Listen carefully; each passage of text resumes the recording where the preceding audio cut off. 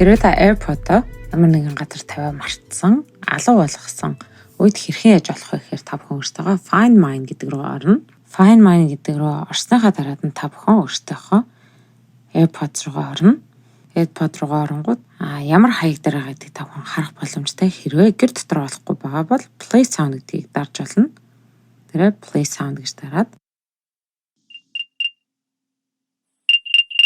за хэрвээ савнаасаа жигч маань гараагүй савтаага тэр жигт нь олохгүй байгаа бол Find гэдэг дээр дарж болно. Тэгээд тухайн газар руугаа та бүхэн ойртох тусам энд байна гэдгийг та бүхэнд харуулж бол та бүхэн ерөөсөө олохгүй байгаа бол Marcus Loss гэдэг бүхэн дарах байгаа. Энэ маань тэр та iPhone-ороо iCloud-аар холбогдсон байгаа бол өөр хүн ашиглах гингүүд AirPod маань огтхон холбогдохгүй байгаа гэдгийг хэлмээр байна. Өнөөдөр та бүхэнд хэрхэн алга болгосон AirPod-оо олж алдагдал дээр та бүхэнд бичлэг хүргэлээ. Үнтэй холбоотой асуух асуултаа хэл за энэ найдан дээрч text аль social platform та бүхний нээлттэй бөгөөд өнөөдрийн бичлэгийн хөгжим бэлжий.